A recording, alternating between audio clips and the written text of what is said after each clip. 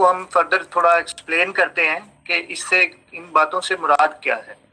हमने स्टार्ट में बात की कि सबसे पहला हमारा जो रिसर्च प्रोसेस का पार्ट है वो दैट इज प्रॉब्लम सिलेक्शन। तो जो हमारा रिसर्च प्रॉब्लम है उसी से रिलेटेड हम अपने स्टडी ऑब्जेक्टिव और रिसर्च क्वेश्चंस जो हैं वो फार्मूलेट करते हैं। तो यहाँ पे मुराद ये है कि on variable specified in a particular research problem. Particular research problem वो प्रॉब्लम है जो आपने डिफाइन की है, जो आपने सिलेक्ट की है। उसके बाद फ्रेमवर्क से मुराद है कि एक पैटर्न, एक ऑर्गेनाइज्ड रोड मैप, जिस तरह से मैंने पहले भी बात की कि ऑलरेडी सेट प्रोसीजर्स हैं, ऑलरेडी सेट प्रोटोकॉल्स हैं जिनको हमने फॉलो करना है। ये नहीं कि हम अपनी मर्जी से कोई नई चीज इसके अंदर ऐड अप कर देंगे कि जी हम तो इस तरह नहीं, इस तरह से रिसर्च करेंगे, ऐसा नहीं है। रिसर्च के अंदर ऑलरेडी एक सेट पैटर्न है जिसको हमने फॉलो करना है, जिसको हमने अडॉप्ट करना है। लाइकवाइज ये जो रिसर्च साइकिल है, हमने इस साइकिल को इसी तरह से लेकर चलना है। हम अपनी मर्जी से ये नहीं कर सकते कि फोर्थ स्टेप को पहले ले जाएं और पहले स्टेप को 5वें नंबर पे ले जाएं।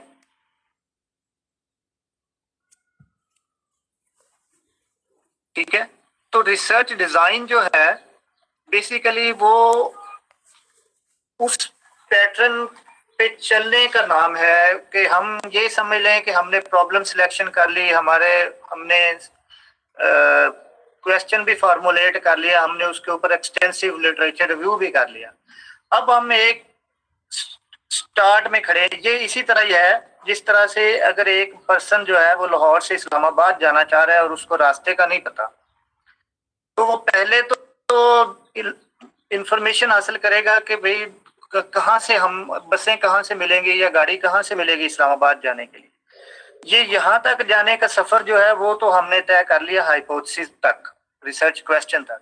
लेकिन आगे जो रोड जो प्रॉपर हमें लेके जा रही है बस, वो बस जो है वो रिसर्च डिजाइन है जो हमें हमारे ऑब्जेक्टिव्स तक लेके जाएगी। Research study design is the blueprint or complete description of every process to be conducted in research. हमने जो जो कुछ भी करना है, हमने रिसर्च के अंदर जो कुछ भी करना है वो सारा कुछ जो है पैटर्न जो जो हमने, ये हम फर्दर अगली स्लाइड में डिस्कस करेंगे कि क्या क्या स्टडी डिजाइन के अंदर होता है और क्या। लेकिन एक ओवरऑल जनरल ओवरव्यू ये है कि ये एक कंप्लीट डिस्क्रिप्शन है जो भी आपने अपनी रिसर्च के अंदर करना है। इसलिए अगर आप स्टडी डिजाइन के बारे में क्लियर होंगे तो आप किसी भी फोरम पे अपनी स्टडी को जस्टिफाई कर सकेंगे, अपने टॉपिक को भी डिफेंड कर सकेंगे और अपने रिसर्च जो ऑब्जेक्टिव्स को भी डिफाइन कर सकेंगे। अगर आपको अपना स्टडी डिजाइन या research cycle, research design clear नहीं है तो फिर आप इसको प्रॉपरली डिफेंड भी नहीं कर सकेंगे। तो रिसर्च और स्टडी डिजाइन क्या है? It describe the WH questions. WH question, जो WH फैमिली क्वेश्चन आपने सुना होगा कि जो कि W या H से स्टार्ट होते हैं, like what, who, why, how, where. ये वाले जो क्वेश्चन हैं इनको कहा जाता है WH क्वेश्चन। तो ये रिसर्च डिजाइन जो है इन क्वेश्चंस को डिस्क्राइब करती है। For example, what is the research type, हमारा पहला क्वेश्चन है। अब इनको थोड़ा सा मैं ब्रीफ आपको बताता चलूं, इसलिए भी बताना जरूरी है कि आप एग्जाम में, क्योंकि अगर आप लेक्चर प्रॉपर लेंगे, वर्कशॉप एटलीस्ट प्रॉपर अटेंड कर लेंगे तो इससे आपको ये फायदा होगा कि इंशाल्लाह के एग्जाम के अंदर कुछ ना कुछ आपको एग्जाम्पल, कुछ ना कुछ सुना हुआ लेक्चर आपको याद रह जाएगा। क्योंकि अनफॉर्चुनेटली ये कोरोना इश्यूज की वजह से फेस टू फेस जो वर्कशॉप है वो लास्ट ईयर से कंडक्ट नहीं हो रही। तो अब यही एक मेथड है जो एडवांस टेक्नोलॉजी के दौर में कि हम जिसको यूज करके तो एक प्लेटफॉर्म पे इकट्ठे हैं। तो what is the research type? Research type आपने, जैसा कि मैंने पहले डिस्कस किया था कि मेन इसकी दो टाइप्स हैं, बेसिक और अप्लाइड। कि पहला तो ये आंसर करेगा हमारा स्टडी डिजाइन कि हम किस तरह की स्टडी जो है वो कंडक्ट करने जा रहे हैं, क्या ये अप्लाइड है या बेसिक है। फिर इसी के अंदर रिसर्च अप्रोच है हमारी क्वांटिटेटिव या क्वालिटेटिव। ये भी वर्ड्स आपने सुने होंगे कि हमारी रिसर्च जो है वो क्वांटिटेटिव है नेचर में या क्वालिटेटिव है। क्वांटिटेटिव रिसर्च वो रिसर्च होती है जो कि नंबर्स को डील करती है, जिसमें नंबर्स आते हैं। मसलन कुछ परसेंट, 10% लोग ये कह रहे हैं, 1000 इस कंट्री में 1000 लोग इस बीमारी में मुब्तला हैं। जहां पे भी नंबर्स आ जाएंगे तो वो क्वांटिटेटिव रिसर्च होती है। जबकि क्वालिटेटिव रिसर्च जो है वो कैटेगरीज को डील करती है, ऐसे वेरिएबल जिनको हम क्वांटिफाई नहीं कर सकते, जिनको क्वांटिटेटिवली मेजर नहीं कर सकते। मसलन किसी की आईज का कलर, किसी की स्किन का कलर, अब हम कोई प्रेफरेंस नहीं कर सकते कि ना ही उसको फर्दर हम क्वांटिफाई कर सकते हैं। इसलिए ऐसे वेरिएबल जिनको हम क्वांटिफाई नहीं कर सकते उनको हम कहते हैं कैटेगोरिकल वेरिएबल या क्वालिटेटिव डाटा। तो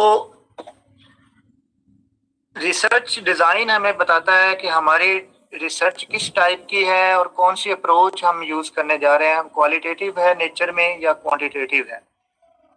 where would the study be conducted?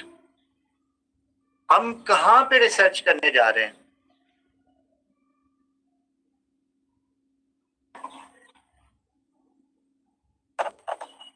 Analyze to conclude numerical and statistical result.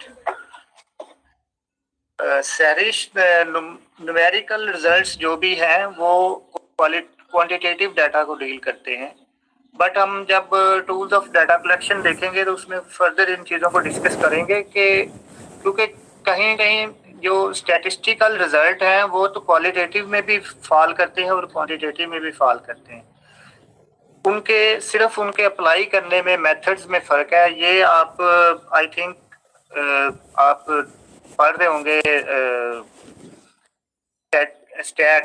Statistics, उसके अंदर जो आपको टीचर हैं वो इस हवाले से और ज़्यादा बेहतर बताएंगे कि इनमें कैटेगोरिकल वेरिएबल्स में और न्यूमेरिकल वेरिएबल्स और डाटा में क्या डिफरेंस होता है। तो where would the study be conducted?